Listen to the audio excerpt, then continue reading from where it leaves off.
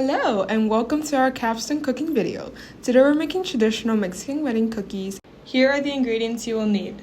1 cup of butter, a half cup of powdered sugar, 2 teaspoons vanilla extract, 2 cups all-purpose flour, 1 cup of walnuts, and another half cup of powdered sugar for coating. Here are the tools you will need. A large mixing bowl, a hand mixer, a spatula, 1 cup, a half cup, and a teaspoon, a chef's knife and a cutting board, a baking sheet and parchment paper, a sifter, and an airtight container. Before we start mixing, let's practice good food safety and wash our hands with warm water and soap for 20 seconds. Preheat the oven to 350 degrees. To soften the butter safely, leave it at room temperature for about 30 minutes. Next, finely chop the walnuts with a chef's knife. Cream softened butter and powdered sugar for 2 minutes until it is light and fluffy.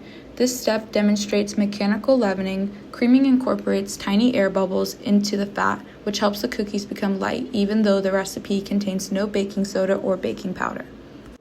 Add the vanilla extract, flour, and chopped walnuts until the dough comes together. Powdered sugar plays a crucial role in the structure.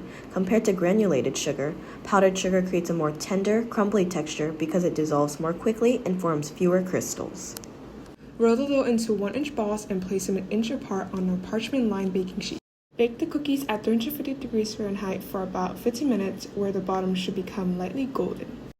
While those are baking, let's talk about heat transfer, which is a key food science concept. In the oven, conduction occurs first as heat moves directly from the hot baking sheet into the dough, warming it from the bottom up. At the same time, convection takes place inside the oven as hot air circulates around the cookies, transferring heat through moving air. This combination melts the butter, evaporates moisture, and allows steam to expand the small air pockets from creaming. This is what produces the tender, shortbread-like texture of the cookies. Let the cookies cool for about 5 minutes, then sprinkle with powdered sugar. Make sure not to touch ready-to-eat foods without gloves so we don't risk contaminating our food before serving.